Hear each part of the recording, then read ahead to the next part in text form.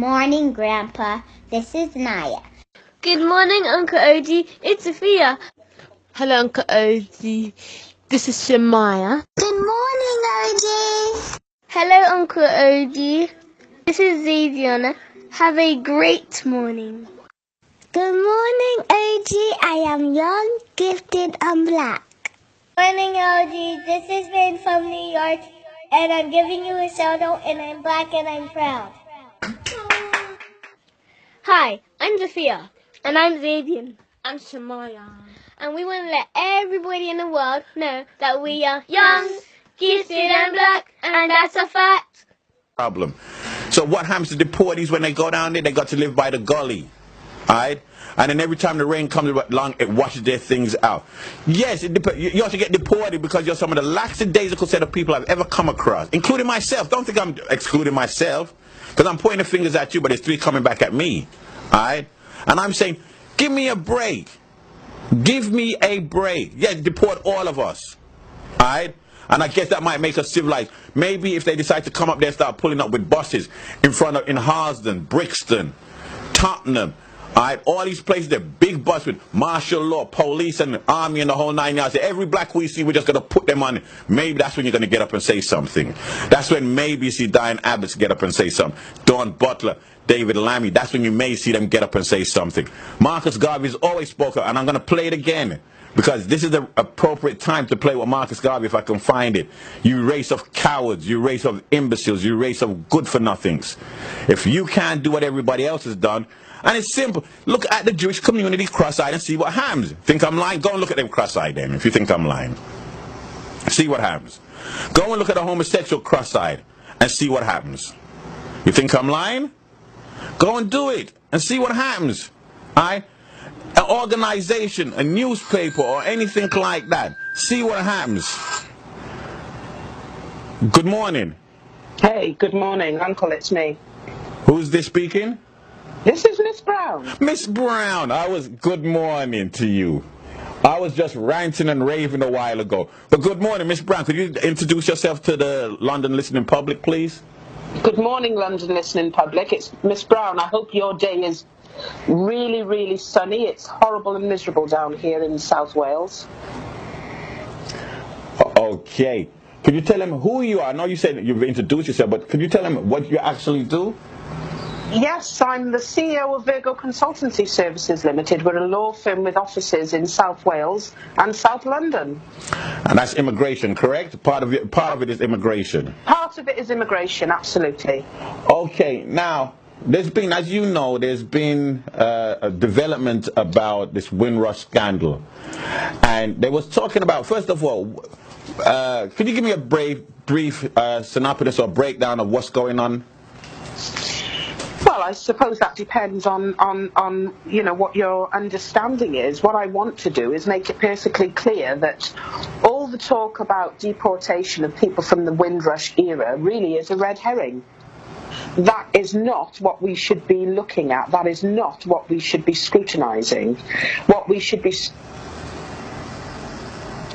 Hello? Your phone call dropped. Let me see if I can get back. Okay, it comes back. Yes, go ahead. I don't know what happened.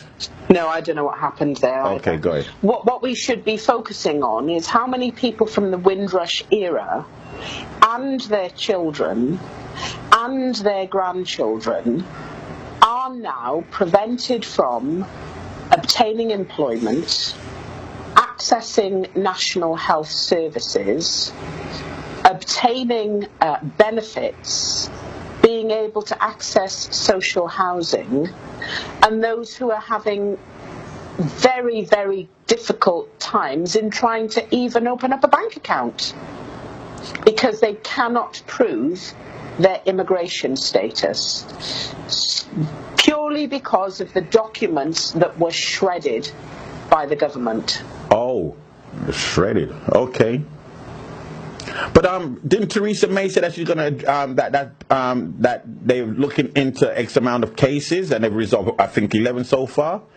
Well, I'm sure they're going to look into a number of cases if they're forced to.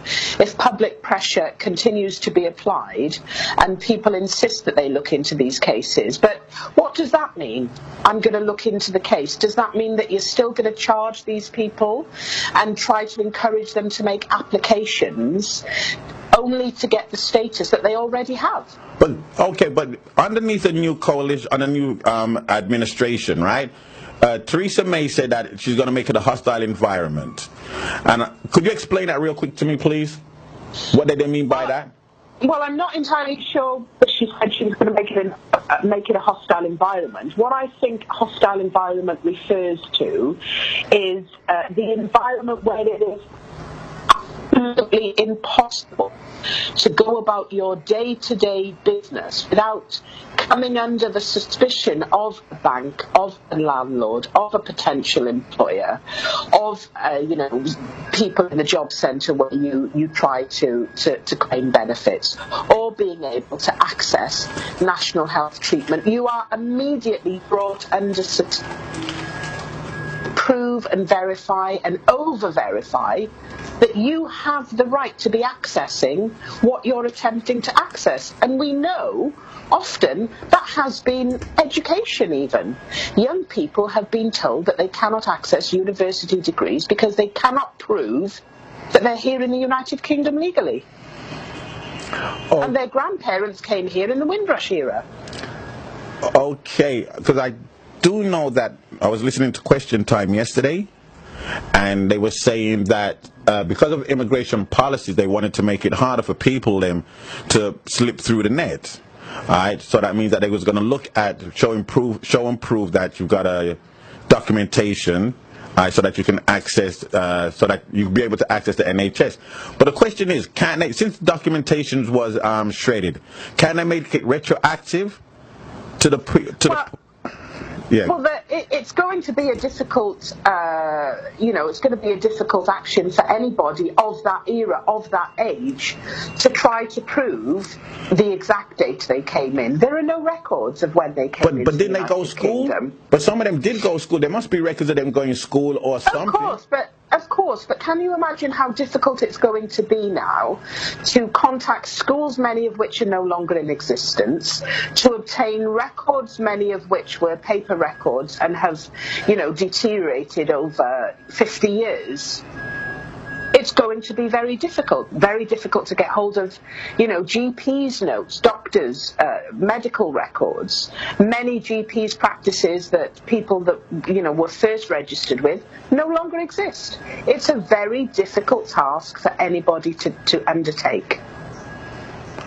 Oh, because I was going to say then, shouldn't that behoove that the government saying, well, if you claim, right, that you've been here and you've got grandchildren here. Let's say you've got grandchildren here, all right? And you've been working and you have a pay stub, right? Shouldn't that be sufficient enough for them now to say, okay, we're going to lift this ban, all right, the restriction on you, and until we can resolve it, we're going to give you your legal status? Well, I don't think they can say we're going to give you your legal status. What they can say is we are going to allow you to access national health treatment. We are going to allow you to access your own money that may be held in banks. We're going to allow you to continue to work in your current employment or obtain new employment. And we are going to allow you to continue to access welfare benefits and your family to access education until we identify that, you are part of the Winddrush era or you're not. Okay then, what can we do then at this point here? As far as we've got some people like David Lammy, Diane Abbots and Dawn Butler, all right, and they're supposed to represent the constituency. What is it that we can do?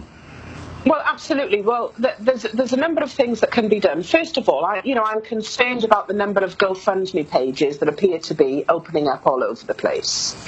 I do not think that these individuals who are caught up in this unfortunate situation need to be paying any lawyers to make any applications on their behalf. I think legal aid should be made available for them to assist them to put their case forward. I don't think it should be at a cost if they can afford it, or if the public have the generosity and kindness of heart to dip into their own pocket to put the mistakes of this government right. It should be done at the cost of the government. Okay, so are you saying, I never knew that, I never know that, you're saying that there's all of a sudden GoFundMe, if you want to resolve this problem for the masses of people, send money to this and that and yours, that's what's going on right now? Well, the situation is this. People either, attempt to access the system themselves and make the applications as, we've seen has been put up on the government websites of how you can resolve your immigration situation. There are costs. There are costs with that. To make an application, you have to pay Home Office fees. If you don't have the skill to be able to fill out a complicated form, you would go to perhaps an immigration lawyer to do so, and that comes with a cost, because at this time, immigration is out of scope of legal aid. Well, so I think legal aid should be made available for, and a specific form should be put together that these people can come forward to a regulated law firm and they can be helped to submit applications that should then be considered by the Home Office expeditiously. These people's lives are in limbo. Okay. So the question is, okay, so you're saying that there should be legal aid. Is there any legal aid firm out there that's that's taking up this immigration policy, going pro bono? Yes, we've done a number of cases pro bono, but again, that comes down to cultural exploitation. Why should law firms, do this work pro bono? Because at the end of the day, the lawyers and the law firms still have to be paid. And where does the exploitation stop? Okay, I got you. Where does the exploitation stop? So in other words, the government under Theresa May's administration, she's supposed to say there's, as an example, 5 million, 10 million or so forth for all those that came from that Winddrush era and family members, that you can obtain legal aid for free. Yes, absolutely. So now, how do our community go about putting that kind of pressure? What would you suggest? I know you can't tell us, but what would you suggest?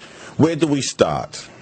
I would suggest that you lobby your MPs and put that as a proposal that you would want your MPs to raise in the Houses of Parliament. Okay. Now, I know you can't co-sign it, but how do I put this? What if people say they wanted to march on Parliament? To force the government? Well, people have the right to march on Parliament. Okay. So bottom line is, because if we sit down there and allow the government, they're not going to do nothing about it. Is that correct? Well, I don't think that's the case. They are well aware that this is coming under a lot of public scrutiny at this time. And I'm sure the government is going to want to resolve this as quickly as possible. But if not, it's going to be a public humiliation and embarrassment for the government. Okay. Now, what about the people that's already been deported? Well, I'm not entirely sure who those people are, and I myself would be interested to find out who those people are, and would encourage them to link with law firms back in the United Kingdom and see if there's any way that they can be brought back to the United Kingdom. But one thing I want to say is, I don't buy into this deportation. More often than not, if anybody has been removed from the United Kingdom, it would have been an administrative removal as opposed to a deportation. After all, deportation attracts such a stigma where people think you've been excluded from the United Kingdom because your continued presence in the United Kingdom was no longer conducive. It conjures up images of you having a criminal offence and you've been thrown out of the UK. Okay, I got you. I understand. Very stigmatizing. So, I always try to refrain from using the phrase deportation and would far prefer people to be described as being removed from the UK. Okay, I understand what you're saying. All right. So now, the people, you don't know if there's anybody that's been removed underneath this present statute of law. Is that correct? all I can say is none of our clients were removed who fitted into that category. Okay, but I'm quite sure some people have been removed, though. I'm sure there are, and I would be interested, to link with those individuals and examine their cases. But I also know of people who'd left the United Kingdom to go on holiday and were refused entry back to the United Kingdom because they could not prove, that they were the children of the Winddrush era, who were, in the United Kingdom for nearly 50 years and who had every right to be here. The case that's been all over the news was our case of a gentleman who was stranded out in Jamaica for 2 years. Okay, and you was able to prove that he was a UK citizen or a resident? No, he wasn't a UK citizen. He had indefinite leave to enter. He should never have been refused entry in the first place. Okay, but his family had to support him, in a figure of around £40,000, enabling him, to stay in Jamaica for 2 years while being supported by his family who are here in the UK. He had children in the UK. He had grandchildren in the UK. And he was a child of a couple who came over in the Winddrush era. Okay, but the ones that are trying to get back into the country, whatever country they come from, Ireland, whether it be St. Lucia, Dominica, Africa, and so forth, isn't that going to be a catch-22 for them? Because now they can't get a lawyer from, now if they don't have no immediate family here for whatever reason in the UK, right? Yeah. Now they can't go to a lawyer or an immigration lawyer in Jamaica or Trinidad or Barbados because they're not specializing in UK law. They're specializing in that particular part where they come from. So now they would have to try and get a UK immigration lawyer and find that money to try and get to that lawyer? Absolutely. There's enough media activity going on in most of the Caribbean countries at this time in relation to this issue. The media are very good at linking individuals with law firms in the UK. Okay. I just urge them to keep up the pressure and continue to draw people, to our attention. And, they'll reach out. We will reach out. Okay. Is there any lobby group that's have come together to actually address this problem? I'm sure there are, but I don't know of any. I'm sure there are. There's lots of social media activity going on with various people joining various groups of interested individuals. So for us to go 1,000 miles, the first place we've got to start off now is actually getting in contact with our MPs. Absolutely. Now, once you get in contact with MPs, they can go into House of Parliament and actually address this? Absolutely. Okay. Absolutely. Okay, so basically, I know we're only 3 of them, but I keep calling their name. All right, so basically that's what we have to do. If people choose to march to put pressure on the government, then they have that right to do that. Britain has a great history of people marching to exercise their rights. I don't know why, they wouldn't do so in this instance. Okay. All right, Ms. Brown, is there anything more you wanted to add? Keep up the good work. Okay, and if anybody needs your services, is there a number or contact details? There certainly is. 0207 737 1176. Whoa. Could you repeat that slowly? 0207. Yeah. 737. Yeah. 1176. 76? Yes. Okay, and the name of who do we ask for? Virgo Consultancy Services Limited, and ask for Miss Brown. Virgo. Miss Brown. All right then. Thank you very much. And if anything comes up in the near future, once again, is it okay that we call you and you can give the information Absolutely. to the general public? Absolutely. Always happy to do so. Thank you very much. And you have a pleasant morning now, all right? You take care. Thank you very much. Bye. All right. So that's Miss Brown, as you heard. If you know any one of your family members, well, let me rephrase that. If one of your family members is going through any kind of problems like what's being discussed, you can call, you got a pen? 0 20 77 37 11 76. I'll read it back out a little bit later on, and that's Virgo Law Society, and you can ask for Miss Brown. Now, she made a good point, because really and truly, when you look at it, the government is responsible to set up a legal aid, right? Because you pay taxes, right? Because remember, even if you go into the shop and purchasing certain items, you're going to be paying taxes, all right? You've been working. You've contributed to building. Remember what they said? I told you yesterday. I mentioned it to you yesterday that we was in the park in Kilburn, and an Irish dude said to us, and we never took it personal, because we understood that the Irish was getting their ass whooped just as much as blacks. And he said, the Romans built England, the Germans blew it down. The Irish rebuilt it, and the Ugs took it over. But what did he mean by Ugs took it over? Because we became the structure, the backbone behind England. Subways, buses, hospitals, all right, you name it. We was there because England had a problem and they needed. So they said, come on in, come on in, come on in, come on in, come on in. Now you've come in. Now underneath Theresa May's watch, she's turned around and saying, oh, hostile environment. So they implemented certain kind of rules. Those rules now was that you have to be more stringent on showing information. If you want to go to the doctors, show and prove. You want to go, you want to get a job, show and prove. You want to get housing, show and prove. All right.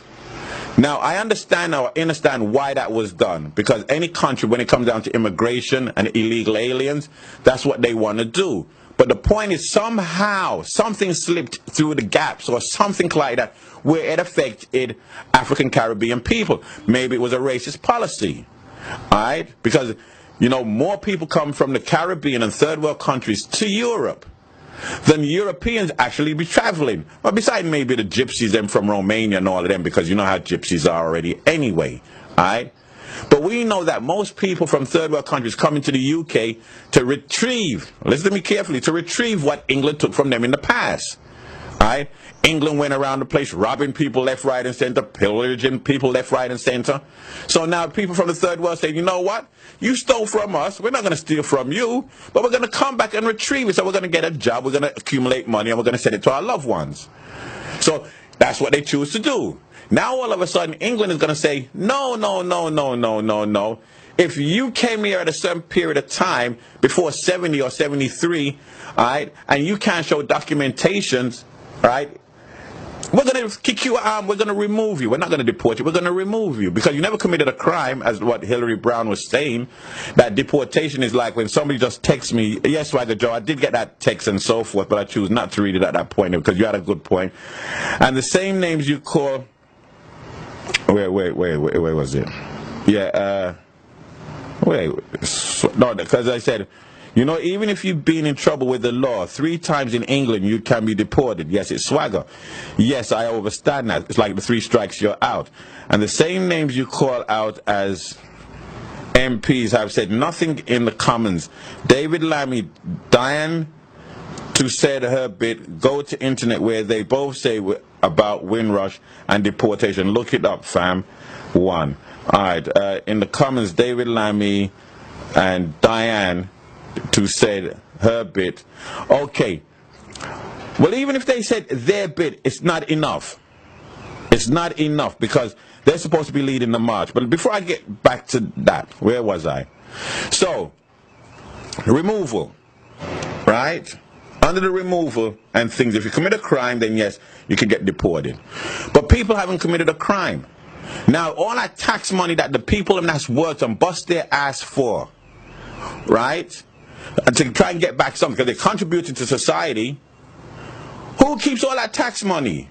So should England, should Theresa May, right, and her government, right, under the conservative, right, should they turn around and set up and say, we're going to put down 5 million, 5 billion, whatever it is, so that the people them that come forward and saying, yes, we were here, but you destroyed all the records, right? Let them do the investigation. Let it be retroactive, that they can get their paperwork and so forth. And then if it's going to be a sweeping indictment and say, well, everybody, here you go. Like, we're saying that you got children, grandchildren. All you need is a little proof. Any little proof. A pay stub. All right? A doctor's note. Anything. Children. Because for you to have children over here and they were born here, that means that somehow, you understand what I'm saying? That you was in England. All right? And hopefully the mother could say, yes, well, this child was conceived in Harlesden, Brixton, Tottenham, Wandsworth, or whatever it is. All right? So now it becomes our moral responsibility, an ethical responsibility, not even moral, ethical. It's the law saying that what they're doing is dead wrong, left to right. But guess what? They'll get away with it because of you. You don't press. Didn't you hear what she said? You're supposed to press David. Now, David Lammy, and I don't know about internet. I'm not supposed to go to internet to hear what David Lammy and Diane Abbott said. I'm supposed to see them in the house on TV, standing up in front of the House of Parliament and saying, hell no, this is wrong. Hell no, this is wrong. Come on, black people. Come on, let's deal with it. Hell no, come on out. Come on out, tens of the thousands of the millions. Come on out, come on out. I'm not hearing that. I'm not hearing nothing from Dawn Butler. And you know Dawn Butler is my friend with a beautiful Kool-Aid smile with her pretty self. Yes, she is. She's got a Kool-Aid smile. But she's an absentee landlord. How many times have I been telling you she's an absentee landlord? The only time you see her out there is when there is something that, as a matter of fact, don't even really affect us, to be honest. I bet you if it was the Jewish, as I said, the Jewish community, and something like this, as a matter of fact, this would never happen to them. This would never happen to them. Because all you got to do is just look at them cross-eyed. And that's it. You can't even say the Holocaust never existed. You go to prison. Right? You can't say that, that the Zionists, not the Jewish people, but the Zionists decide to monopolize the whole place under the protocols of the Jewish elders, which was written in 83, on how to monopolize. What they would do is that they control up the media, they control up law, they control up banking, and they control up the pharmaceutical. And you can look at that, but if you say something like that, you're anti-Semitic. So could you imagine, just picture somebody saying that the Jews have to be removed. Is you crazy? Picture the homosexual community. Picture the homosexual community. That you look at them cross-eyed. You got a problem. But picture that you say, oh, you don't agree with homosexuality. You don't think homosexuality should be taught to 5-year-old and 6-year-old children because they got enough to worry about. They got enough on their plate just waking up in the morning or learning 2 times 2. Much less to teach them about what is love. Alright? Just say you don't agree with that and see what happens. Alright? See what happens. They're not going for it. But yet, and imagine if you look at them cross-eyed. But here it goes now with us as African Caribbean people. Right? And so forth. And then you're going to say, oh, I'm ranting, I'm raging. Yes, then let it be that I'm ranting and raging. But hopefully there is something in with that ranting and raging that you can pick up and say, we, not y'all. I ain't just saying y'all. I'm including myself in all of this. That we are, and we will continue to be, and until that day that we decide to get up and do things and do something different, we'll always be treated as a liability, not an asset. Because they're looking at us at the bottom of the totem pole. Look what happened to Stephen Lawrence's, the documentary yesterday. Alright? Racism within the London so-called finest. Has it changed? Not really. We can give you horror stories right now, all right, about London so-called finest and how they treat black people. All right, we're not making a sweeping indictment on all police, but we're saying that we know it exists. See what I'm saying? So when you talk about being at the bottom of the totem pole, look at it for yourself. Not because I'm saying it. Look at it for yourself. Economically, we're at the bottom of the totem pole. Right? Politically, we're at the bottom of the totem pole. That's why they didn't have to come to us and speak to us and say anything to us about this whole Winddrush thing. Period. Because they're saying, Archer, we know how they are. Let me tell you how black people in the in England. I'm not going to the United States. But you have people like David Attenborough that will sit down and analyze a snail for 6 months. Right? You have these kind of people that will sit down and see how much time that snail go to the bathroom, defecate, urinate, have sex, eat, hibernate. They will analyze that animal or that insect. Don't you think they're going to analyze black people? What, you don't think they're going to do that? Well, let me tell you, if you don't know, yes, they will. And then when they analyze black people, they know how we are. We are very complacent. What they realize with us is that we will only deal with things called combustion, spontaneous explosion. Meaning is that right now, you're going to say, I'm going to slap you, I'm going to slap you, I'm going to slap you, I'm going to slap you, I'm going to slap you. We won't do nothing about it. We'll just say, yeah. The minute we get the slap, blap, that's when we explode. Brrrf. And when we explode, the government comes in or somebody comes in and say, you know what? Sorry, that should never have happened. Here, let me buy you a sneakers. Let me buy you a hoodie. Let me give you money. And they give you all these things. And then 6 weeks later, give me back my sneakers. Give me back my hoodie. Give me back my money. Because they already know. It goes on over and over and over and over in the UK. You and I know this. All right? So, as I said, we're at the bottom of the totem pole. What do we have to do about it to make these changes? What's the purpose of the Marcus Garvey, the Malcolm X, the Martin Luther Kings? If you Christians, even Martin Luther King got up and done something. Your Christians in England ain't doing nothing. Nothing. You're like worse. You are worse because you're the largest in our community. When you stop to look at it as Christians, how many churches you got around the place? Churches like crazy. And it's going to affect you because a lot of y'all are still Christians.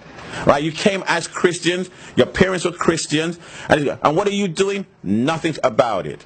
So when Marcus Garvey or Martin Luther King, even Martin Luther King said, I'm see the promised land. I'm not going to make it there, but I see it. Right? He wasn't no coward. Because he could have turned around and ran and went to the deepest part of Africa and said, forget about all these black people. But no, he decided to say, I'm going forward. And he got blown out of the frame. And he died for a particular reason. And you're a Christian just sitting down there with your Bible in your hand all day. Now, you know I don't really hit out against a Christian, but something of this magnitude, right? You are larger than the Rastafarian community. You are larger than the Nation of Islam, Nuwapians, and Pan-Africanists. By tens and thousands, you're larger. And you ain't doing nothing about it. So when Marcus Garvey calls you and say that you all should die, yes, and they should deport all of us. All of us should get deported because we are a worthless set of race. Patiently for 200 years, if need be, to face our enemies for our posterity. When my enemies are satisfied, in life I shall come back, or in death even to serve you as I served before. In life I shall be the same, in death I shall be a terror to the foes of us.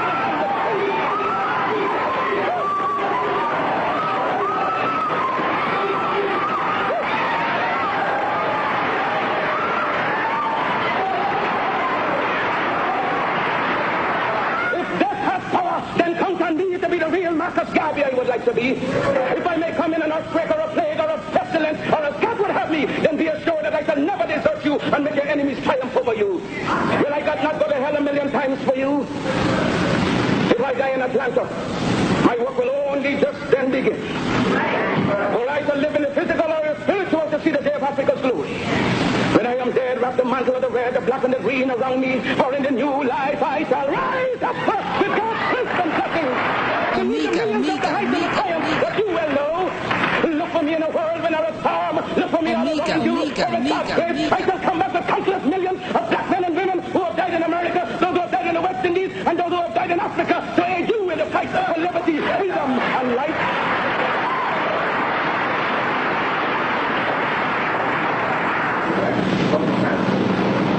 Any leadership that teaches you to depend upon another race is a leadership that will enslave you.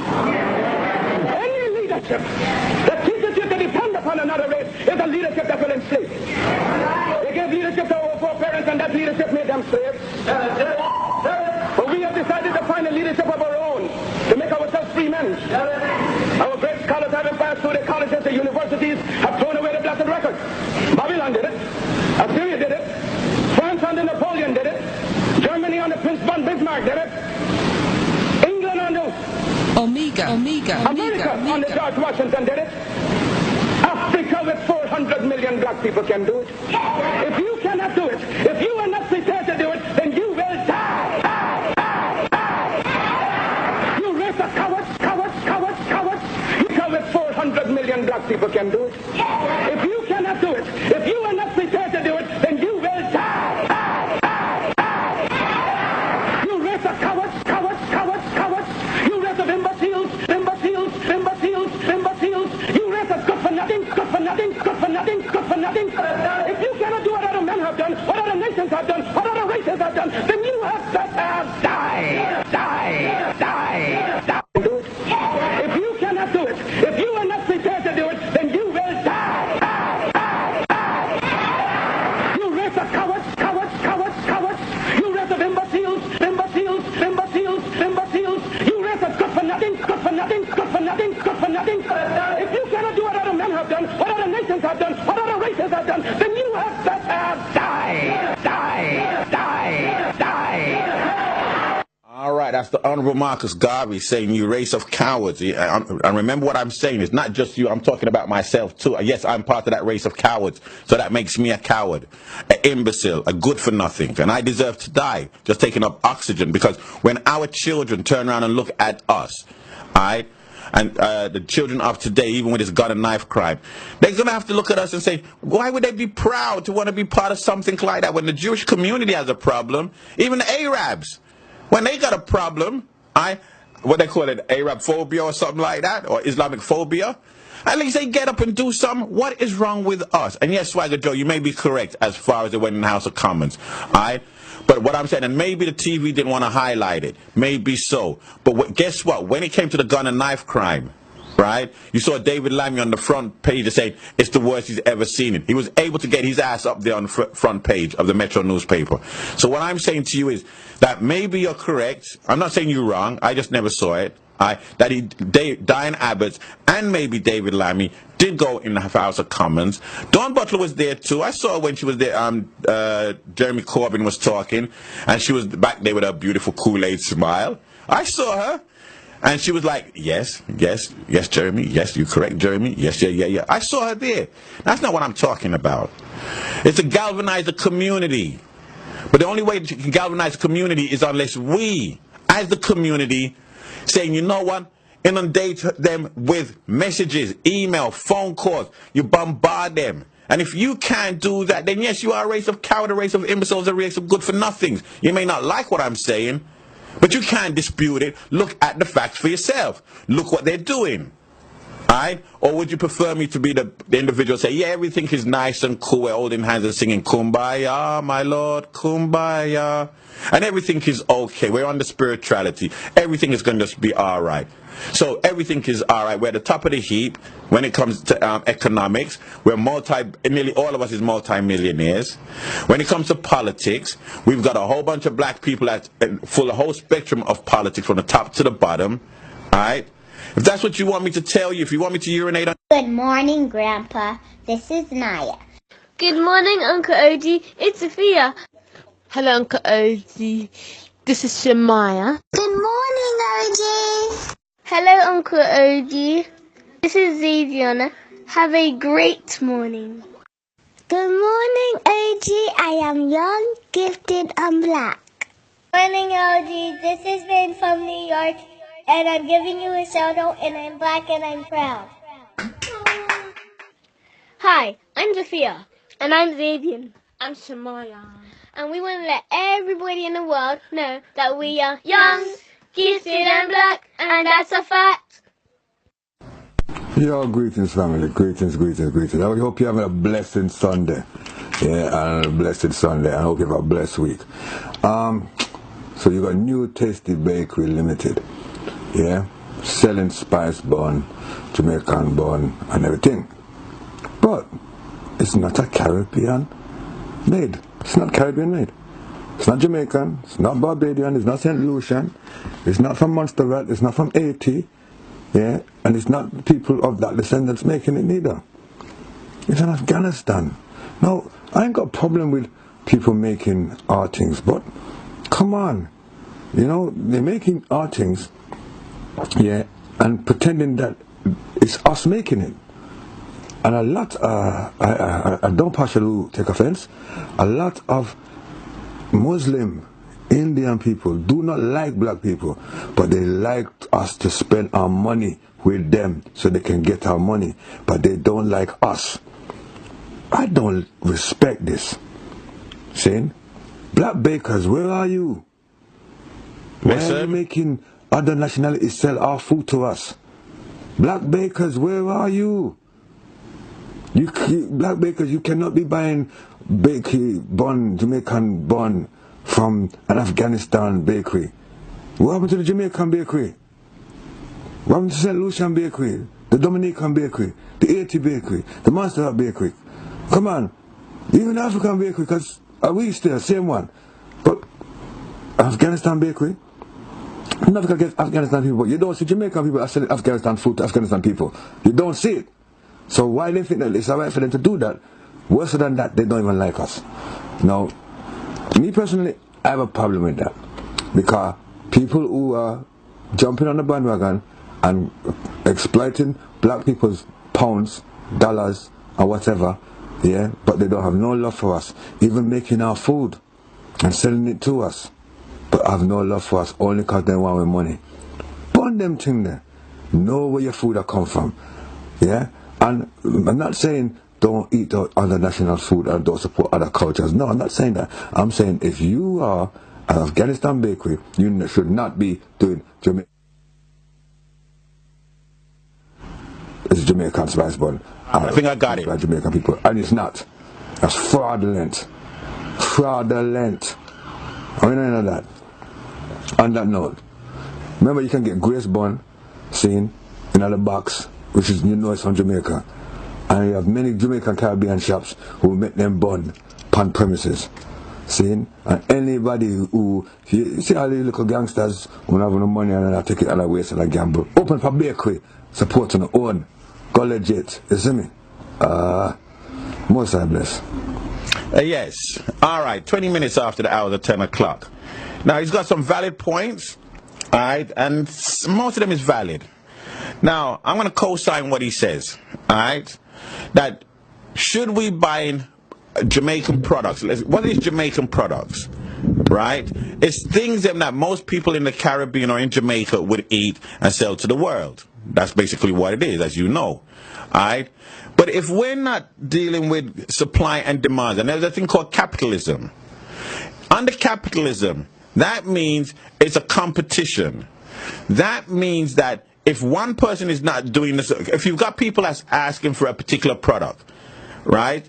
And they're not supplying it, then somebody's going to step in and supply it. So you have Ford Motor Vehicle, right?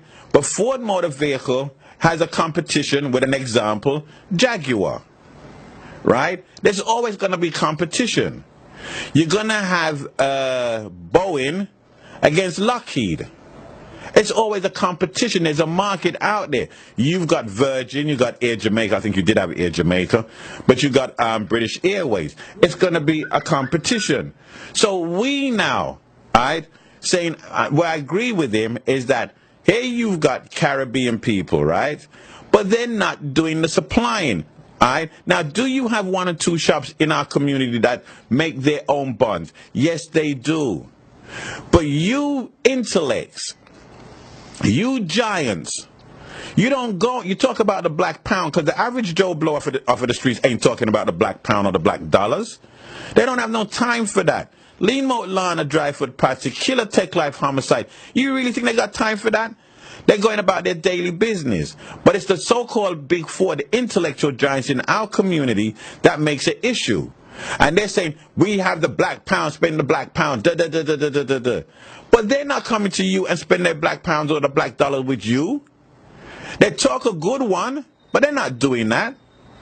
So should we have our own bun? Yes. Should we patronize and spend our money with our own? Yes, we should. But we're not supplying. So I gave you the analogy earlier on this morning. If I want a tunnel, another tunnel, and then there's an example. If I want a bag of marijuana, all right? And the reason why I'm using marijuana, because a lot of people in our community, they use marijuana, right? We're not really into liquor that hard, or cocaine or amphetamines or heroin or anything like that. We're mostly into marijuana, white rum, Guinness, and acid. But I'm going to stick with the marijuana for the time being, right? Now, if I want a good ganja spliff, and I'm saying Jamaica produces, follow my conversation, Jamaica produces the best marijuana. I'm in the UK, and I go to a Jamaican, and I say to him, say, yes, rude boy, I want a draw weed. And him turn around and say, yeah, man, I have a good draw weed. I may say, no, I want the high grade. Him say, well, no, I got some bush. I don't like the bush, as an example. So I'm going to go to somebody that do have the high grade. Right? Now, I'm not going to go to the politics to ask this person whether it be a Caucasian, an Indian, or a Chinese, or even a humpback midget. No disrespect to a humpback midget. Even if I go to one of them, as Claude Addison calls them anyway, if I go to them, I'm not going to question about how do you get it, where did you get it, when did you get it, do you have it? Yes. Can I spend my money with you? Supply and demand. That's it. Now, I don't expect somebody from the Jamaican community to come to me now and say, oh, why didn't you spend your money with your own people? Because they're not supplying it. Don't hold. Listen, you go and talk to them. Why they're not supplying it? Because if they're supplying it and it's good quality bun, sorrel, ginger, you name it, then obviously I'll want to go to them so long as their price is within a reasonable price range. If it's going to be one of them astronomical price range, I'm not going to go. I don't have to be no nuclear physicist or rocket scientist. We're talking about economic times. I got to be wise in how I spend my money. Simple as that. And I'm quite sure you got to be wise. Now, he was saying that people don't, well, I don't agree with him, that they don't like us and so forth. That's a sweeping indictment. But if you believe in that white people and Indian and Chinese don't like black people, as I said, it's a sweeping indictment which I don't go along with. But if you believe that, then you're the same person that you're not supposed to be in the UK. You're not supposed to have an apartment. You're not supposed to have a vehicle because they don't like you, so don't spend your money with them. Don't go to the clothes shop. Don't go to Mickey D's. Don't go to nowhere. Pick your ass up and go back to where you come from. And then you'll be able to do your own thing. See what I'm saying? But it sounds hypocrisy and hypocritical that you're in the UK talking about these people don't like you, but you're going to turn around and spend your money with them, but then you're going to try and target a particular group. Now, should the Afghanistans have monopolized the market? No, they shouldn't. But if, so long as the product is wholesome, meaning that they don't put no kind of craziness in it or anything like that, they're keeping it clean, doing it within a healthy manner, then so be it. I don't care about you, but the problem is that your same one will go to Mickey D's and get a fish fillet or a chicken burger. And you're going to say, white people don't like you. You made that sweeping indictment. Now you're going to say, go to Grace. Let's get this thing straight. Grace Duns Walker is run by Syrians out of Jamaica. Right? Do they put money back into the community? Well, I don't see the Jamaica profiting from these things. To be honest, do they maybe do certain social programs? Yes, they may. They may just do certain social programs, and we probably don't see it. But I'm quite sure that don't look at it from the perspective of, oh, Indians and Syrians like y'all wanted to pick on Tropical Sun. And I said to you straight up, I choose to be the spokesperson for Tropical Sun. I choose that. I went to management, right? And I said, management, listen, I've heard you got an advert from Tropical Sun. Why? Because the community is hitting out against Tropical Sun. And we sat down and we had a conversation and they explained why they're doing it. And I said, all right. So Headley and myself, we went over to Leytonstone. Now, this is where part of it becomes fake news and totally garbage. What was going out on the social media is that Tropical Sun was in Finchley and they moved from Finchley to Brixton to capture the Black Pound. Tropical Sun was never in Finchley. That's the part that was a kick and a half in the ass. You didn't have to be a rocket scientist or a nuclear physicist to do the research. You would know straight away that if you go and do your own research, that Tropical Sun was never in Finchley. So they have that saying that if you go in the courtroom and you tell one lie, then everything else that came out of your mouth is going to be a lie. So then you'll turn around and say, well, Tropical Sun done this and Tropical Sun done this. Right? Now, Tropical Sun is run by Indians? Yes, they are. Right? Who's Grace run by? Caucasian. So why are you going to tell people, Caucasian, the Indians, the Chinese don't like us, but you're going to still turn around and say, here, spend your money with the Syrians. And the Syrians they're white. They don't like us anyway, if that's the school of thought that you're coming from. So don't be a hypocrite. If you don't like, you're in the UK and you don't like that they're not, that another race of people is purchasing your product, or your national brand of a product, right? and you don't want to buy it, then don't buy nothing from people them in the UK. Don't buy their vehicle, don't buy their clothes, don't go Primark, don't go don't wear no sneakers, because Nike's a white man. You're going to say he don't like you. So if that's the case, if that's your school of thought, don't purchase from them. But let's get back to it though. The ones that's usually making these issues is our intellectual giants in our community. Right? So therefore, and they become intellectual bullies. So I said, I'm going to be part of Tropical Sun. I'm going to be that spot because I do not like bully. I hate them with a passion. And bullies pick on the weak. See what I'm saying? And it's the intellectual giants, which is intellectual bullies that pick on the weak. So I said, I'm going to stand up and defend that. I will stand up and defend the Christians. Because y'all pick on the Christians this, the Christians that, the Christians this, and the Christians that. Alright? For the last umpteen years, even Bob Marley sung a song about, now that I know that the pastor's lying, I feel like booming a church or something to that effect. Right? And we take set on the Christians. But you wouldn't take set on the Orthodox Muslims. You know why you don't take set on the Orthodox Muslim? I'm not talking the Nation of Islam. Orthodox Muslim, because they're not a tolerable set of people. So you could talk about Jesus Christ because it's from a Christian to a Christian, and you can be very derogative because you know they're tolerable people them. But yet, so you won't go to the Muslim, you won't turn around and say, well, as an example, and I'm going to say this, listen to me carefully, peace be, I don't believe in Islam, I don't believe in Christianity, and I don't believe in Judaism. I don't believe in the Torah and Moses. I don't believe in the gospel and Jesus, and I don't believe in the Quran and Prophet Muhammad. But just for the sake of this conversation, I'm going to say this to the Orthodox Muslim. I'm going to say, peace be upon him, out of respect for y'all, right? But when we look at Prophet Muhammad, peace be upon him, and they said that he slept with Aisha when she was 6 years old, and he consummated the marriage when she was 8 years old, we know that's been a pedophile, alright? But remember, I'm saying I don't believe in him, period. I don't believe in him. Right, but you won't hear everybody else turn around and say that from the big four, because they on a national platform, because they're scared to death what repercussions will come back from the Islamic community. Now, what I will say to finish up that with Prophet Muhammad, peace be upon him, and remember what I said, I don't believe in him.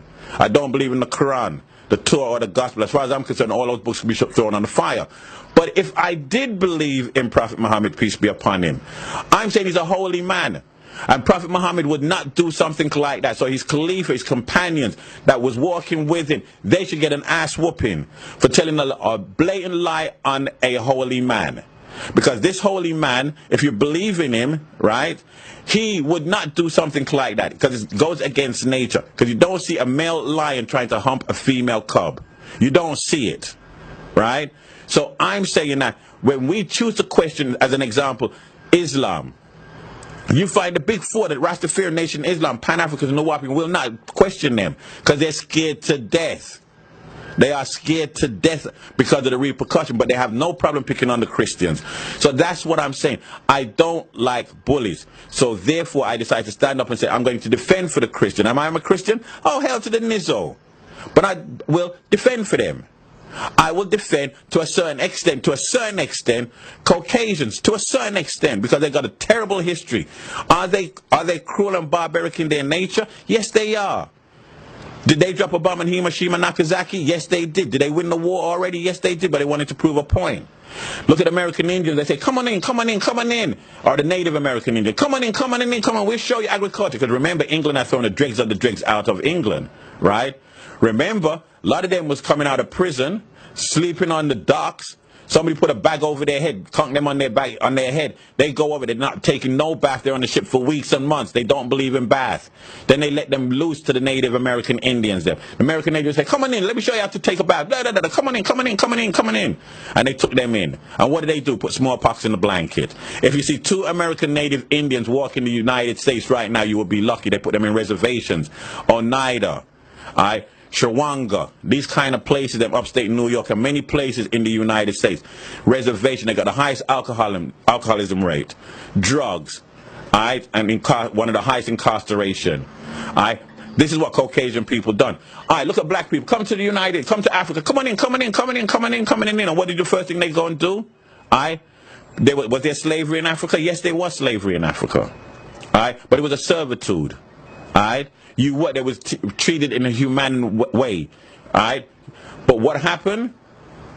They thought that these Caucasians would have done the same thing, so they sold the slaves, all right, to them. And what did they do? Deal with them in a barbaric way, all right? Over 125 million, according to our African historians, Hendrik Clark and Dr. Bennett, said that over 125 million African people, men, females, and children was killed in the triangle, that slave trade, right? All right, look what they done to Tuskegee, the Tuskegee experiment. They gave them the virus of syphilis. All right, give it to the males to see how fast, when they copulate with the black female, to see how fast and how far it would spread. All right, that's barbaric, period. I don't give them no pass. All right, and we can make many references to what they've done in the past to people of the world as melanated people. We have stories after stories. But the thing is, when I'm saying I'm defending, because we know how they are, and it's not all white people are like that. Alright? But they make a sweeping indictment, and they pick on Caucasian, and they pick on the Christian, they want to pick on Tropical Sun. So therefore I said that I choose to be the defender for them. So if anything I say and you don't agree, you can always call me on 075 39 96 81 43. And if you choose to, just keep it decent. Alright? But if you want to keep in the back of your mind that I'm an Oreo cookie, I'm a house and Igor, then you can have that right to think whatever you want to think from the things I've said.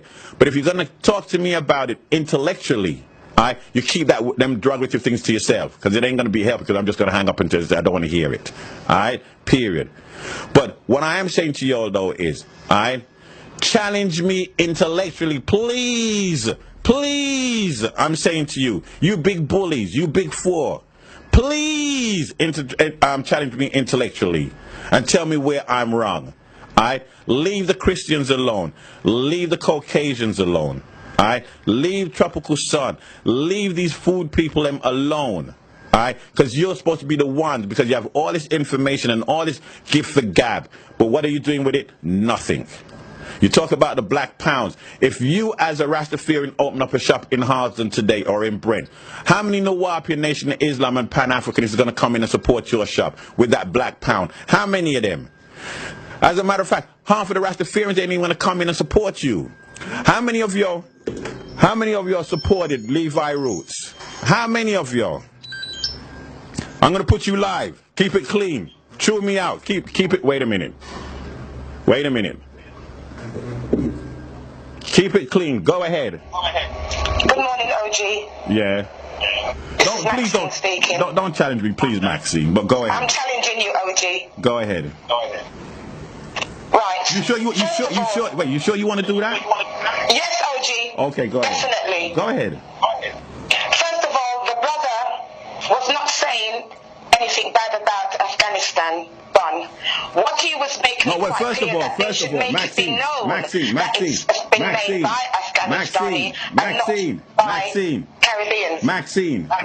yes. If you listen to what I said I agree with him in certain things, and I agree with him, I don't agree with him in certain things. Let me finish. Let me continue, please, because I've been listening to you ranting on for a while now. Go ahead. Secondly, you're saying that, don't you buy from this shop and that shop and that shop, and if you don't like it, then pack up and go. No. There's a lot of us, there's a high percentage of us, OG, that's been trying to do just that. But we cannot go anywhere because we are owed. We are owed by the British establishment. There's a lot of us that want to pack up and go, but they need to set up a system where they can give us money where we can go buy land in Africa and return back home. We cannot just pack up. And why should we just pack up and just go? No, it's not going to happen that way. The British establishment need to pay us, those of us who wish to go, and there'll be a lot of us who want to go. So, but in the meantime, there's no African shops for we to shop at. So there's a lot of us that shop in these shops with a very heavy heart. We do not want to, but because we have no choice, and we have to eat, and we have to wear clothes. So a survival mode will kick in. But it's not that we want to support these other entities, because we do not. We would rather support our own, but they are far and few between. Where some of us can, we do. But the majority of consumable goods out there is not being sold by us. That's another thing, And one of the reasons why we are the way we are, when you look at the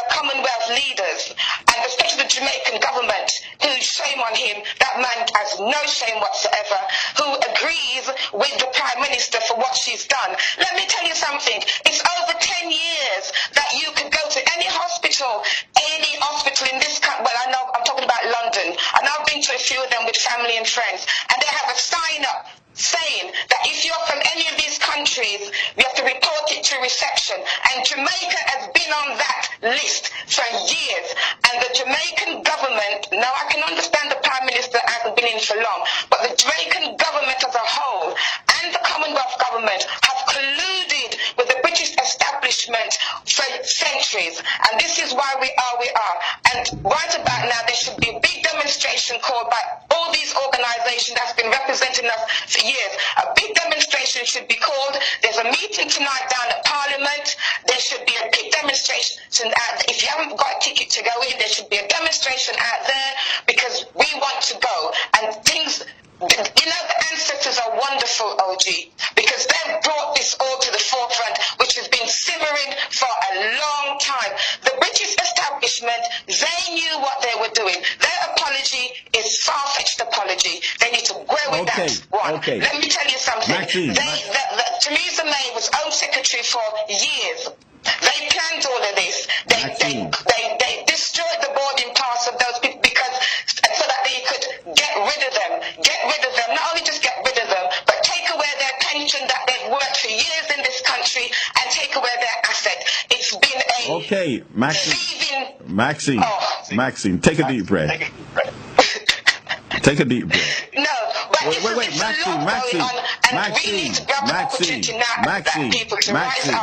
put on the table what we want. Maxine, take a deep breath. Turn down your radio a little bit, please. I'm not in where my radio is, so I don't know where I'm not on loudspeaker. All right. You've got me having my phone at my ears. Calm down. Take it easy. Okay. Now, you mentioned a lot of things there, right? And I don't want to really challenge you because you are part of Amazing. All right, and you do have your own show. So I don't really want to challenge you like that. But I'm going to ask you, though, all right, since we're talking about, let's start with somewhere, right? Do we have to blame the establishment that we don't have certain things in? No. We already been talking about it from the 50s, 60s, 70s, 80s, and 90s, 2000 and going up. Over 50 years we've been discussing that. We are in worse situation now than when we was in the 70s. In the 70s, 60s, 70s, and going up into the 80s, we're in better economic position, politically also, than what we're in right now. Alright? We had Palmer, we had Trojan, we had Caribbean people that was coming over to the UK and building, owning homes. We don't have that no more. Now, number two. Now I'm going to ask you a personal question. How many times have you bought reggae sauce? I've never bought reggae sauce. Why not? You just a while ago. Wait a minute. You just a while ago said that we don't have certain things. Then we have Levi Roots. He put up reggae sauce. How many of y'all within the black? He was a black pound and supported that man. You didn't. No. Wait a minute. I asked you a question. Wait. I asked you a question. No. That's not what we're talking about. No. We're not talking about when you buy tomato ketchup or OK barbecue. So that's not what we're discussing. You're saying that we don't have things put up in our community, and the white man this and the white man that. And I'm saying to you that supply and demand now. Here goes Levi Roots. He put up reggae sauce. If a white man had put it up, or a Chinese, you would have been hitting out against that white man for grabbing something from out of the Caribbean and marketing it. However, here goes Levi Roots. He put up something. You didn't go. I didn't go. 95% of the community did not support that man. So when we're talking about spending our black pound, it sounds great, but we don't do it. Now, if anything else you want to ask me individually instead of asking me all over the place so that I can answer them one at a time, the best way possible, then that would be cool with me. But if you're going to turn around and say to me about the EU and Theresa May, each one is a different subject that we can hold a conversation about. But what I'm discussing... No, the reason why I mentioned that is because you mentioned about people packing up their bags. Okay, no. What I said, no. Okay, no, because you asked. Okay, wait, Maxine, wait. I did say that, and I'll respond to that particular one. I said that they saying don't buy from the Indians because the Indians do not like black people. Don't buy from the Chinese because they don't like black people. And I'm saying if that's what they're saying, then don't buy from white people then because they don't like black people then. Now, if that's you're going to have your school of thought that you're not going to buy from white people then because they hate black people, then you're going to have to leave. Because you're in the UK, you're going to work, is the white man don't like it, so then don't work. You're going to buy clothing from the white man because he don't buy clothing. That's all I'm trying to say. You're missing the point, OG. There are people that want to leave. But listen, but haven't got the means. No, wait a minute. Who don't want to be I'll around answer that question. white people, but they've got no choice. No. Yes, they do. Listen.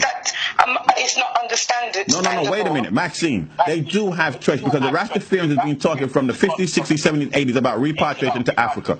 95% of them still here. They do go to Africa. They do go to Jamaica.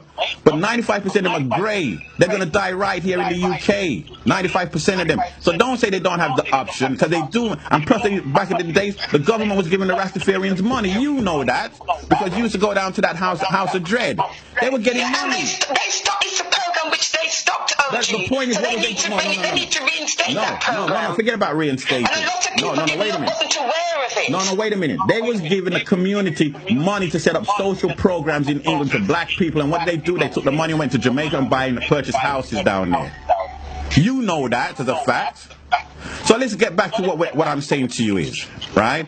Is that I'm saying before they complain, set up their own business so that we can spend our money. If you heard what I said, if I want to draw a weed and I can't get it from a Jamaican of good quality, I'm going to have to go to somebody.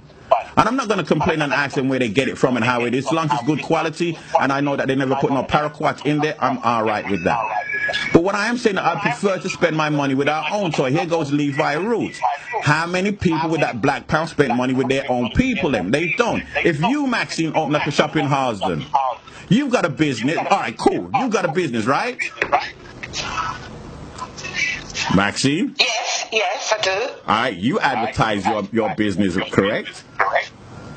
Sorry? You've been advertising the business that you do, correct? Yeah, I've advertised my business. All right. Yes. How you're supposed to be? The way you're talking, you're supposed to be well off then. You know why you're supposed to be well off? Because the black community is supposed to support an African Caribbean sister that's trying.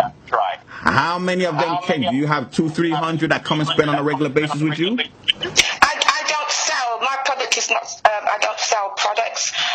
What do you do? My position is as a therapist.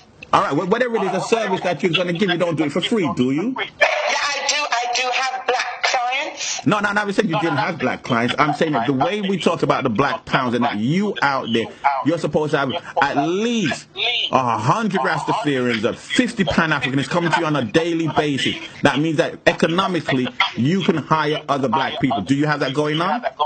No. Okay. Now, remember, we're talking about the black pound, and we're supposed to support one another. Now, remember what I said. The Big Four does the most talking. The Rastafarian Nation, Islam, Pan-African, and Wapians. They do the most talking, but they're not supporting this is what I'm saying. The Big Four are no different than the Prime Minister, than the people the head of the Commonwealth. That's not my headache. Different from the ones that is... Max, that's not my headache. That is the Big Four's headache. They should not be sitting and colluded with people like the government after all that talk they have. But I'm going to give you 5 minutes and let you say what you say. Go ahead. No, what you have to understand about the Big Four is that they have always been there just in namesake. For years they've been like that. You know, Max, the days when but this is what I'm saying to you, Max. Those are the ones infiltrated by people who just talk. But Max, and nothing else. And we know that. But Max, don't take it personal. But we don't know that, OG. But Max, no, we don't know that, because those are the ones that's putting out these rumors and these fake arguments then about certain kind of people. Then it's not the Joe Blow average person out there. They have no time for that. You as a are you a Rastafarian? The fact of the matter is, there's nothing wrong with other nationals making things with Jamaican, but they should make it clear that they are not Jamaican, and you know they can sell whatever they want for black people, but don't make it. But put Afghan on it. Why should they? That's marketing. Don't you understand capitalism and economics? That's marketing. Why should they do that under marketing? Because you're deceiving people. All right, but that's marketing. Everybody does. But listen, that's marketing. It doesn't apply. To actually say, listen, who's making it. Listen, that's marketing. You want to know something? You know Grace Kennedy and Walker. Do you know where they get their corned beef from? Get their what? Their corned beef. Their bully beef. We call it bully beef. Corned beef. Do you know where they get it from? Corned beef? Yeah. I know you don't eat it, but I'm asking you. Okay. Do you know where they get it from? No, and I wouldn't be interested. I know, because you don't eat it, but they get it from I don't eat it, and anyone who does. Well, there's a lot of people I like seriously don't know anyone who eats corned beef. Listen. All right, well, you don't know. They got bully beef cans all over the place. Princesses, Walker, Tropical Sun. It comes from Argentina. So that's marketing. That's business. Supply and demand. They cannot get it. So when you see Grace Kennedy's selling corned beef, or what you call bully beef, it's not coming from Jamaica. All right? Some of the companies put it that it comes from Argentina. Some don't put it that it comes from Argentina. But it's marketing strategy. That ain't got nothing to do with me. Yeah, that's understandable. We don't know that is what happens. I don't know that. Then, so why would you mention? So then why, Maxine? Then why would you, Maxine? Then why would you mention? But that's not the point. The point is to inform people of how it is. That's all. If you can't, if it was a Jamaican company that did something like that, they'd most probably end up, having to speak to the authorities, because they would try and say that, they're committing some form of forgery about logo forgery. My daughter's in marketing, so she would have explained this a bit more. But, some form of forgery is going on, or you're making people believe into something that isn't. I think that's what the point is. The point is, I'm not one to say boycott anything. I don't tell anyone to boycott. You never heard me say boycott anything. I don't know why. I don't tell people to boycott things that white people or Indian people sell. But you never heard me say that, did you? I would say, apart from the stuff that contains poisonous substances. No, we're not going down that route, because we know that. We don't have to be a nuclear physicist or a rocket scientist to know that if it's going to be poisonous, we're not going to come on the radio and tell people to go and buy it. We're going to tell them to stay far from it. But that's not what my issue was. And that's why I said to you, so if you'd listen to me carefully, certain things he did make statements with, and certain things, other statements he did make, I did agree or I disagree. And one of what I disagree with, right, is that when he starts saying, and he said it also, that he has no problem with other people then doing every day, Paulus, every time, OG, I hear you. You call on the big four, and you're calling on people who are stuck in a rut. That's not my headache. So we need new people to step forward. No. First of all, Maxine, right? You used to be. Are you a Rastafarian, or you used to be a Rastafarian? I've been brought. I was born myself up in the foundation of that. Yes. All right. So I was born on the foundation. Are you a Rastafarian, or you're not a Rastafarian?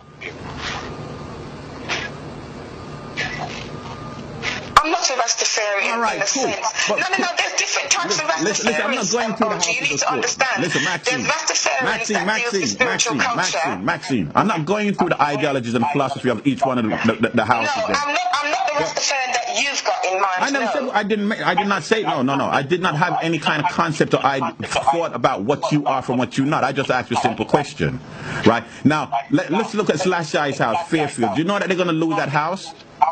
Yes, I was told that about wait a 3 minute. days Now ago. hold up. Wait a minute. Obviously, anything that we talk about, social programs or social issues, obviously in our African Caribbean community, the Big Four name has to be brought up. I don't care what social program it is, their name has to be brought up. Well, that's if it goes, it will be like Stonebridge. It will be like other premises that we've had over the years. Stay with me. What I'm saying to you is that if we talk about international politics, like what's going on with the Winddrush, I can't hold the Big Four. I can say that that's a whole different ball game.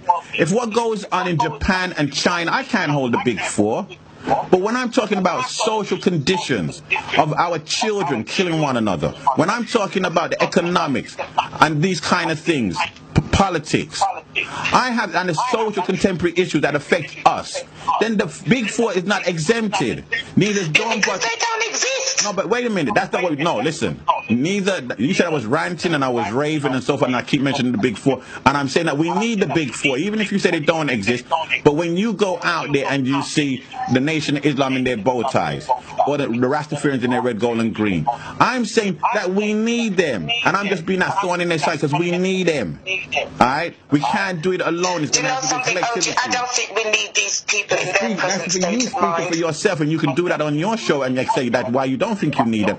I'm saying from where I'm sitting that we need them, and I'm saying that for every time we have a social issue where youngsters is killing one another, I have to look on the Big Four.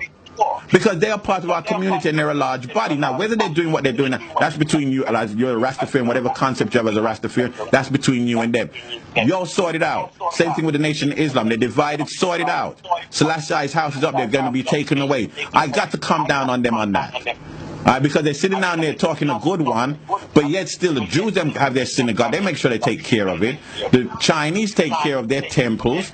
The Muslims take care of their mosque. The Christians take care of their church. But the Rastafarians... Yeah, so we haven't even got one place. We don't have nowhere. So what I'm saying to you is that when you hear me talking, that's why I said I didn't really want to go through that with you because you're a presenter on Omega. And I heard you come with a passion and a vibe, which was acceptable. I have no problem with that. But I didn't want to go up against you because that was not a challenge to you. That was a challenge to the listening audience. The ones that... Yeah, but I thought I had to speak up because there's a percentage of us out there that is fed up with the status quo. Listen, if you're going to speak up for them, now listen. Being misrepresented. I just felt that you... If you're going to speak up for them, if you're going to speak up for the ones I'm talking about, then you're going to have to take the brunt of my wrath. If you're going to put yourself in that position of them, because I'm saying they're absentee landlords. If you're going to stand up there and defend for them, then yes, I will turn on and have to come down on you hard, just like everybody else. But I wasn't aimed at you. That was aimed... No, I'm not defending the big four. Then let's leave that alone. I don't even know who or where they are. So I cannot defend something that I virtually cannot... Then leave the conversation and I only see them. Maybe I might see them if there's a march on the 1st of August. Maxine, you should have waited till you see me and me and you have off-the-air conversation. Because the minute I said that, please call me you intellectual giant, you intellectual bullies, and then I found it was you. What did I say to you? Say, are you sure you want to go down this route? Because at the end of the day, the minute you open your mouth and saying that, oh, I am saying this and saying, you're taking a defensive posture for the group that I am talking about. Alright, and that's why I said let it go. But anyway, got to go, Maxine. Thanks. Listen, if you catch Maxine, anything before you go? I'll give you another 2 minutes. No, I will continue this on Monday. Please. And then you can call me in on Monday. No. I don't do that. I don't do that because I know that the position I'm going to take, I don't bite my tongue. I'll let Barry call me in instead. Yeah, let Barry call you. And I know Barry, if Barry's listening, he's going to come down on you hard just like because you came and took a defensive posture. So Barry will come down on you hard. So yes, you and Barry can go through all of that. Barry B, Crooklyn Mutiny, if you're up, because I know it's like 5 o'clock in the morning, you can call Maxine here on Omega on Monday morning from the hours of 2 p.m. to 6 p.m. All right? Okay, OG, have a blessed afternoon. You too now. Peace. Okay then. All right. Now, as I was saying, that Sister Maxine is my sister, and I appreciate her calling in. I have no problem with that. But I just didn't want it to make it sound a way that we're at war with one another. And that's not what I want. You understand? I have brought reggae sauce a couple of times and eaten in Levi's restaurant. All right, that's cool. No, Mr. P, you can catch Mr. P here every Monday from the hours of 7 a.m. to 12 p.m. Yeah, Mr. P, but you're not part of the Big Four. You've never professed to be a Rastafarian or Nawapian or Pan-African. I've never seen you or you carry yourself in that. You're like myself, average Joe Blow. But the point is, the ones that talk about us and the economics and the black pound, they're not doing the spending. Why do you think that he had to go to Peter Jones? If that was the case, that he put out a source, and the African Caribbean community in the UK was supporting him, he wouldn't have had to go to Peter Jones on Dragon's Den. And even Levi Roots is not exempted from my wrath either. All right? And I will get into that in a hot minute. But yes, I do respect what you say, and you know, there's a lot of people that do purchase it, but I'm not looking at you as the average Joe Blow. I got the message. I told them we should have more competitive prices. I got that message. Tell us what you're doing. I got that message. I told them we should have more competitive prices. Well, it's competitive pricing, but remember, they work. Let me say, I can put it this way real quick. If you've got a group of Indians or Chinese that they put down their political difference, their social and economic differences, right? They pool their money together and they go out and buy things together. They don't like one another. This is what the Koreans do in the United States. When you go to Church Avenue on Flatbush and see all these Koreans and they're selling 100 plantains for $1. You know what they do? They pool their money together. They don't like one another, but they get a representative from each shop and say, here, go to the market down here. So they pool their money together and buy it wholesale so they can do that. And they will outprice the average Joe Blow on the street corner as an African American or a Caribbean, right? That's what we need to do in the UK. If you're talking about economics and you're talking about business, is that Lloyd's cannot compete with some of these shops up on the block because they're pooling their money. Lloyd's is only one. And even when Lloyd's is spending his money, where does Lloyd spend his money to? It goes right back to the same people that you're talking about don't spend your black pounds with. So it becomes a hypocrisy cycle that we're saying one thing, but we're not actually looking on the flip side of the coin. We've got to look. So do we need competitive prices? Yes. What we don't need is armchair actionists revolutionary to talk a good one, but yet still they're not going to support the people and that they're supposed to be supporting from the giddy up, from day dot. And that's where my beef is. And that's why I said I don't like intellectual giants. Not that I don't like them, I just don't like intellectual bullies. All right? And I would stand up and defend for the poor and the weak. Anyway, catch you on the rebound. Hello, one. Peace. Amiga Radio, 104.1 FM. News and views around your community. This is the AmigaRadio.co.uk news at 11. You might soon no longer be able to buy straws, drink stirrers and cotton buds made of plastic in England. A consultation on the idea will start later this year with the aim of cutting the number which end up polluting our rivers and seas. Separately, more than 60 independent music festivals across the UK have pledged to ban plastic straws this summer. Rhiannon Price runs Bliss Camp in Hampshire. It makes sense when you talk to bartenders about the use of plastic straws and the amount of waste. Already people are looking back on it and thinking, what were we thinking? Why would we use so much plastic? Dale Winton's being described as kind, generous and a real sweetheart by fellow TV presenters following his death. The 62-year-old died at his home yesterday. Retail sales volumes fell by 1.2% last month compared with the month before. The Office for National Statistics says it was mainly because fewer people bought fuel during the bad weather. But compared with March 2017, sales were up by volume and the amount spent. Meanwhile, Debenhams pre-tax profits dropped by nearly 85% to £13.5 million in the 6 months to March. The retailer is blaming a disappointing Christmas season.